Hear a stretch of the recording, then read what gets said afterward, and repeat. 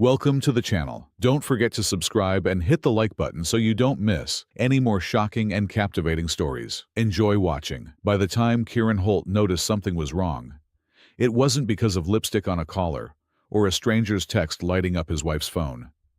It was quieter than that. More ordinary. The kind of wrong that settles into a marriage the way dust settles on furniture. Slow. Almost polite. Easy to ignore if you don't run your finger across the surface. It started with silence. Maribel used to narrate her days without thinking about it.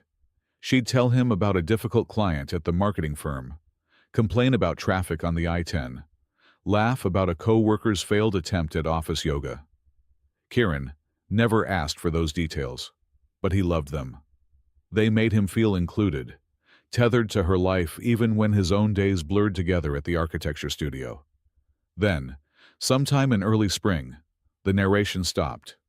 She still talked, technically. She answered questions. She smiled at dinner. But the texture was gone. Everything came out smooth and finished, like a press release. Work was fine. Nothing special happened. "I'm just tired." Tired became her favorite word. Kieran told himself it was normal. They'd been married 7 years. People changed. Seasons changed. Love didn't always announce itself with fireworks. Sometimes it was just mutual grocery lists and quiet evenings on opposite ends of the couch. But silence has weight. And eventually you feel it. One night, Maribel came home later than usual, heels in her hand, hair smelling faintly like a bar she'd never mentioned. She moved through the apartment like a guest, careful not to touch him as she passed. "You eat?" Kieran asked from the kitchen. "Yeah, with the team," she said too quickly. He nodded, pretending to be absorbed in rinsing a mug. When he looked up, she was already down the hall, the bedroom door closing with a soft, deliberate click. That click stayed with him longer than it should have. Kieran wasn't a jealous man by nature. His friends used to joke that he was pathologically calm, that nothing rattled him. He prided himself on logic, on building explanations the way he built structures. Clean lines, reasonable supports, nothing left hanging without purpose. So he built explanations. She was under pressure at work. She was reevaluating herself in her mid-30s. She needed space. Everyone needed space sometimes. But explanations started collapsing under their own weight. Maribel began guarding her phone, like it was a second spine. Screen always down. Notifications muted. When she did check it, her thumb moved fast, confident, like she knew exactly which conversations mattered. Once, while brushing their teeth side by side, Kieran caught a glimpse of a smile he hadn't seen directed at him in months. It flickered across her face and vanished when she noticed him looking. "What?" she asked. "Nothing," he said. And he meant it, which scared him more than if he'd meant something. Sleep became a negotiation. She turned away from him in bed, building a wall of pillows, claiming headaches, early meetings, vague discomforts that couldn't be argued with. When he reached for her once, half asleep, she flinched. Not dramatically, just enough. That was when the word he'd been avoiding finally formed, fully shaped in his mind. Affair. The word felt heavy, melodramatic, like something that belonged to other men. Men who didn't know their wives as well as he knew Maribel. Men who ignored obvious signs. Men who deserved it, in some cosmic sense. Kieran wasn't one of those men. Or so he believed. He didn't confront her. Not yet. Accusations without proof felt childish, and somewhere deep down, he feared the answer more than the question. Instead, he watched. He listened. He collected moments the way an investigator collects fibers. Maribel joined a gym she never went to before. She bought new underwear that never made it into their shared laundry. She laughed more, just not with him. And then, there was the email. It arrived on a Tuesday afternoon while Kieran was reviewing blueprints, his mind already frayed from a client who wanted the impossible on a limited budget. The subject line read, "Saw this and thought of you." It was from Jonah Price, a college friend he hadn't seen in years. The message was short. "Hey man, this is awkward as hell and I might be totally wrong, but I figured you'd want to know. Let me know if this is nothing." Below, it was an image attachment. Kieran hesitated before clicking, his cursor hovering like it already understood the consequences. The screenshot loaded slowly. It was an advertisement, a banner-style promo for a popular dating app, one of those sleek, algorithm-heavy platforms that promised real connections for real people. The background was soft gray, the font modern and confident. And there, smiling out at him, was Maribel. Not the Maribel who wore oversized sweaters on Sundays or stole his fries when she thought he wasn't looking. This Maribel was polished, hair perfectly styled, makeup subtle but intentional. She looked directly into the camera with an expression that wasn't playful or familiar. It was inviting. Beneath her photo was a line of text. Maribel, 34, single, marketing strategist, looking for something real, single. Kieran felt something inside him detach, like a support beam snapping without warning. His first thought was that it had to be fake, a stock photo, some algorithmic coincidence. Except it wasn't just her face. It was her face paired with her name, her age, her profession. Details that weren't public, that couldn't be scraped from a random corner of the internet. His hands started shaking, so he set the mouse down carefully, as if sudden movement might make the image disappear. He scrolled. There was more. The ad had been live, according to Jonah's note, for a while.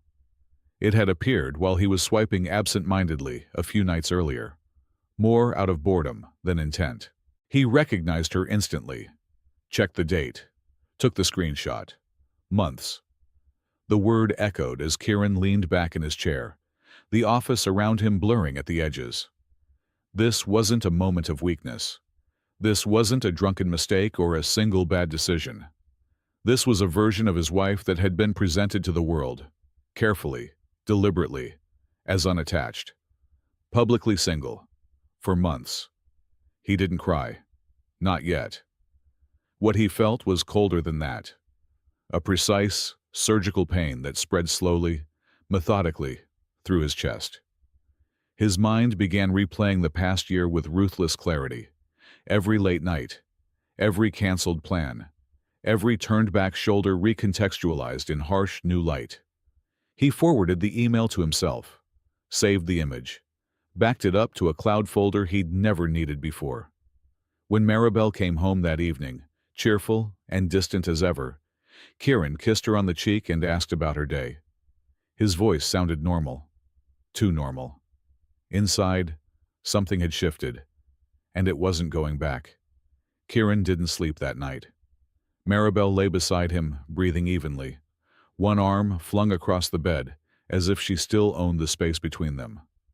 He stared at the ceiling, counting the faint cracks in the plaster, listening to the low hum of the city outside their window. Every sound felt louder than it should have been. Every breath she took felt borrowed. By morning, exhaustion settled into him like wet concrete, but it didn't dull the clarity. If anything, it sharpened it. He didn't wake her. He showered quietly, dressed, and left the apartment before sunrise. The screenshot burned so deeply into his mind, he didn't need to look at it again. At work, he nodded through meetings, traced lines over blueprints without really seeing them, and said just enough to avoid suspicion. He'd spent years training himself to compartmentalize. Now that skill turned against him, locking his pain behind a calm exterior that fooled everyone except himself. He didn't confront her, because he needed to understand the scope of it. Cheating was one thing. Being erased was another. That evening, Maribel announced she was meeting a friend from work for drinks. She said it casually, like she always did now, already reaching for her jacket before he could respond. "Which friend?" Kieran asked, keeping his tone light. She paused for half a second, not long enough to seem guilty, just long enough to be noticed. "Dana," she said. "You don't know her," he nodded. "Have fun," She smiled at him, quick and distracted, and left. The door closed with that same careful softness. Kieran waited exactly 10 minutes before grabbing his keys. He hated himself for what he was about to do. Or rather, he hated the version of himself he was becoming. Someone who followed his wife through the city, who memorized license plates and pretended coincidence could still protect him from the truth. Maribel drove toward downtown, not to any bar she'd ever mentioned before. She parked near a row of restaurants that catered to first dates. String lights, open patios, menus designed to be shared. Kieran stayed 2 cars back, his hands slick against the steering wheel. He watched her step out of the car. She straightened her posture immediately, like a performer stepping onto a stage. Her phone came out, her smile reappeared, brighter this time, practiced and confident. She scanned the street and then waved. Not to him. A man approached her from the opposite direction, tall, early 40s maybe, well-dressed in that effortless way that suggested money, without screaming about it. He leaned in for a hug that lasted just a beat too long. Kieran didn't need binoculars to see it wasn't friendly. They walked inside together. Kieran stayed in his car, heart pounding, pulse roaring in his ears. He didn't follow them in. He didn't need to. The image was complete enough. His wife, on a date. No ambiguity left to hide behind. He drove home instead. The apartment felt different now, like a temporary rental instead of a shared life. He sat on the couch and stared at the wall where their wedding photo hung. They looked impossibly young in it, laughing, her hand gripping his tie like she might pull him closer or never let go. He didn't take it down, not yet. Instead, he opened his laptop. The dating app from the screenshot wasn't hard to find. He created a profile with clinical efficiency. New email, neutral photos, minimal information. He hated the deception, but it felt justified now, like self-defense. Within minutes of setting his location parameters, profiles began appearing. It didn't take long. Maribel's profile slid onto his screen with the casual cruelty of an algorithm that didn't care about irony. There she was again. Same photo as the ad, plus several more he'd never seen. One of her on a hiking trail she'd claimed she hated. One of her at a rooftop bar, glass raised, eyes alight with something dangerously close to freedom. Her bio was polished but intimate. Marketing strategist, dog lover, looking for something honest, no games. Kieran laughed out loud at that. The sound startled him. It came out sharp, almost unhinged. He scrolled. She'd been active recently, very recently. And then he saw it. A small line of text beneath her name. Member since 8 months ago. 8 months. Kieran closed the laptop slowly, carefully, like slamming it might shatter what little control he had left. 8 months meant she'd started this life while still sharing a bed with him, while planning holidays, while discussing whether they should finally get that dog she claimed to love so much. This wasn't an affair. It was a parallel existence. The next few weeks blurred together into a strange routine. Kieran became an observer in his own marriage, noting details the way a journalist might. Maribel's lies grew smoother, more efficient. She no longer over-explained. She no longer seemed nervous. Confidence replaced guilt. The confidence of someone who believes they won't be caught. He started keeping records.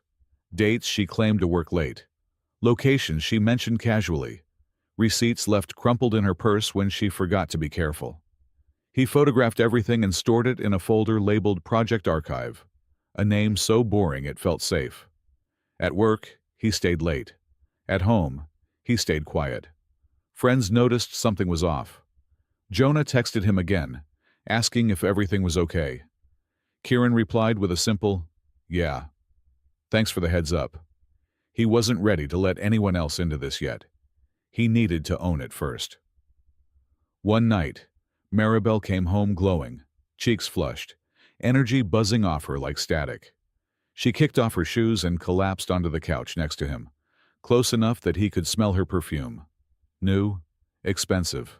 Unfamiliar. You're in a good mood, he said. She smiled. Just a good night. With Dana? He asked. She didn't even blink. Yeah, Kieran nodded, his jaw tightening just slightly. You know, he said carefully, it feels like we don't really talk anymore. Her smile faded, replaced by something guarded. I'm just busy, she said. You know how it is. He wanted to scream. Instead, he reached for her hand. She let him take it, but her fingers stayed limp in his grasp. I miss you, he said. And he meant it in more ways than one. She pulled her hand away gently, stood up, and stretched. I'm going to shower. Big day tomorrow.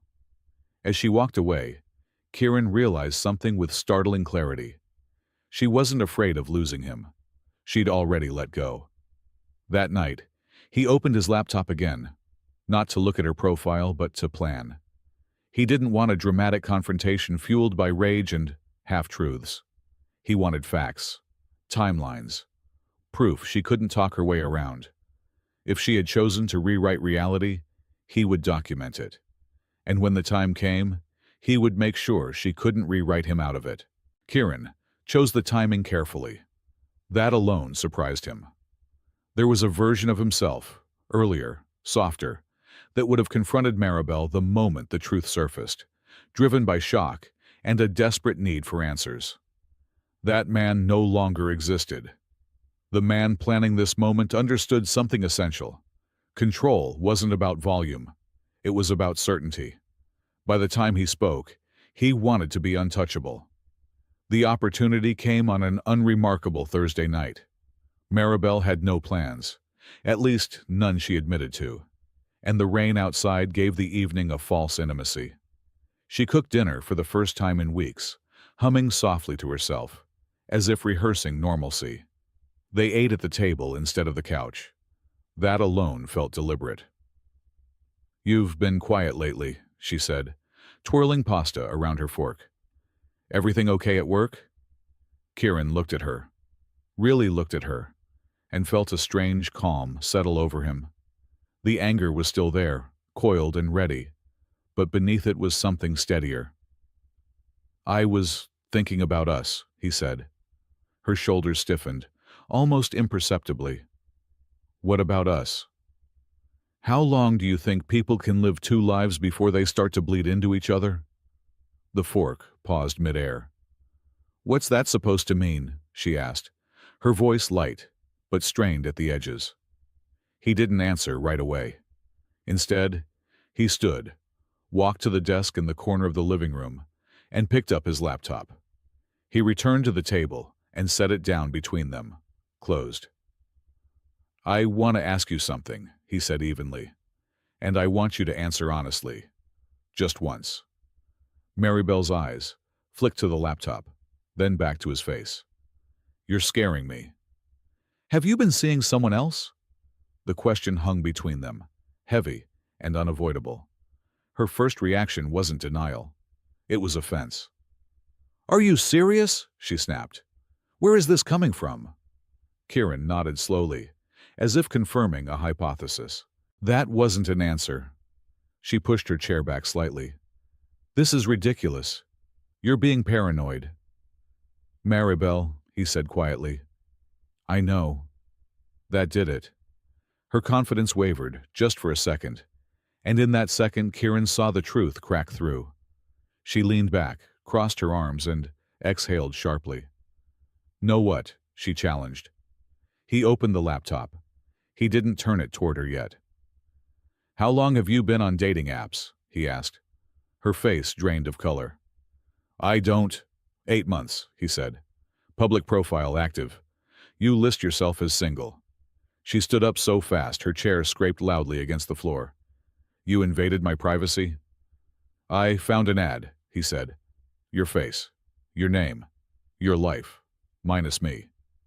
Silence. Then she laughed. A brittle, humorless sound. So what? Someone stole my photos? You're jumping to conclusions. Kieran turned the laptop toward her. Her profile filled the screen. She stared at it like it might disappear if she didn't blink. This isn't... She stopped, swallowed, tried again. This isn't what you think. He stood now too, matching her height, his voice steady despite the way his chest ached. Then explain it to me. She rubbed her temples, pacing a few steps away. I didn't plan for this to happen, it just evolved. 8 months, he repeated. That's not evolution. That's commitment. She turned on him. You weren't there. The words hit harder than he expected. You were always tired, always working. You stopped seeing me, she said, tears welling now, anger and self-pity blurring together. I felt invisible. Kieran felt something twist inside him. Not guilt, but grief. So you made yourself visible to strangers. I needed to feel wanted, she whispered. And lying to me was part of that? She didn't answer. He scrolled. Messages appeared. Dozens of them. Conversations with men whose names meant nothing to him, whose jokes she laughed at, whose attention she soaked up while telling her husband she was tired. One thread was starred. Who's this? Kieran asked. Her breath caught. Don't. Who, he repeated, is this? She sank into the chair. Evan. How long? 3 months, she said. It wasn't supposed to be serious. Kieran nodded, absorbing it. 3 months of dinners. 3 months of touches that weren't his. 3 months of her coming home to him afterward. Does he know you're married? He asked. Yes, she said softly. Then, after a pause, he thought we were separated. That hurt more than anything else. Separated implied an ending already agreed upon, a marriage already over in everything but paperwork. So I'm the last to know, Kieran said. She looked up at him, eyes wet. I was going to tell you. When? He asked. She opened her mouth, closed it. He shut the laptop. I followed you, he said. Her head snapped up. What? I saw you with him, downtown, 2 weeks ago. Her face crumpled then, fully. She started crying, hands over her mouth, shoulders shaking. I didn't mean to hurt you. Kieran felt strangely distant from the scene unfolding in front of him, like he was watching it through glass. But you did, repeatedly, thoughtfully. He took a step back. I'm done, he said. Her head shot up. What? I'm not fighting for someone who's already left, he continued. You've been single for months. I'm just catching up. She reached for him. He stepped away. You can stay here tonight, he said. I'll pack a bag. No, she said desperately. Please, we can fix this. He looked at her then, truly looked, and felt the final thread snap. You didn't break us in a moment, he said. You dismantled us over time. He went to the bedroom and packed only what he needed. As he zipped the bag, his hands finally started shaking. Not from fear, but from release. At the door, he paused. One more thing, he said. She looked up, hopeful. I saved everything. Her face fell. I'm not going to beg, he continued. I'm not going to threaten. But don't try to rewrite this. Don't tell people we just grew apart. Tears streamed down her face. He opened the door. Goodbye, Maribel. And for the first time in 8 months, the silence that followed felt honest. Kieran moved into a short-term rental on the east side of the city, the kind of place designed for people between lives. The furniture was neutral, the walls bare, the air smelling faintly of new paint and disinfectant. At night, the unfamiliar quiet pressed in on him, but it was different from the silence he'd shared with Maribel. This one didn't lie. The first few days after he left passed in a blur of logistics. He notified work, changed passwords, opened a new bank account. The attorney Jonah recommended, a calm, meticulous woman named Laura Chen, reviewed his documentation with professional admiration. You've kept excellent records, she said, flipping through printed screenshots and timestamps. This will be straightforward. Straightforward didn't mean painless, But Kieran appreciated the clarity. He'd spent months doubting his instincts. Now the truth existed on paper, immutable. Maribel called constantly at first. Then she texted. Then she wrote long emails filled with apologies that circled around accountability without ever landing on it. She said she was confused, that she'd been unhappy, that she never meant for it to go this far. Kieran didn't respond. Not out of cruelty, but out of self-preservation. Every message felt like an attempt to pull him back into a version of events where he shared the blame. He refused to help her rewrite history. 2 weeks later, Evan emailed him. The message was short and awkward. "I didn't know the full story. She told me you were basically done." "I'm sorry." Kieran read it twice, then replied with a single sentence. "Now you do." That was the end of that. The divorce moved faster than he expected. No kids, no shared business, just assets, agreements, and signatures. Maribel didn't fight it. She looked smaller every time he saw her in the lawyer's office, like someone slowly realizing the ground beneath them was permanent. What surprised him most wasn't the anger. It was the relief. He slept better, ate better, started running again in the mornings, letting the rhythm of his breath replace the noise in his head. Friends noticed the change before he did. "You look lighter," Jonah said over drinks one night. Kieran smiled faintly. "I stopped carrying something that wasn't mine anymore." The small act of revenge came quietly, almost accidentally. During the proceedings, Maribel's dating profile, still active, came up as part of a timeline. Her lawyer advised her to deactivate it. She did, reluctantly, weeks later. But the ad screenshot? That had already traveled. Jonah hadn't been the only one who'd seen it. The image circulated briefly in a local marketing Slack channel. No commentary, just surprise. Someone recognized her. Someone else connected dots. Nothing scandalous enough to make headlines, but enough to follow her.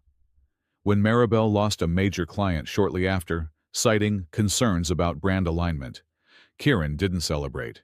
He simply didn't intervene. The final paperwork was signed on a bright, ordinary Monday. As they stood to leave, Maribel hesitated. "I never meant to make you feel replaceable," she said softly.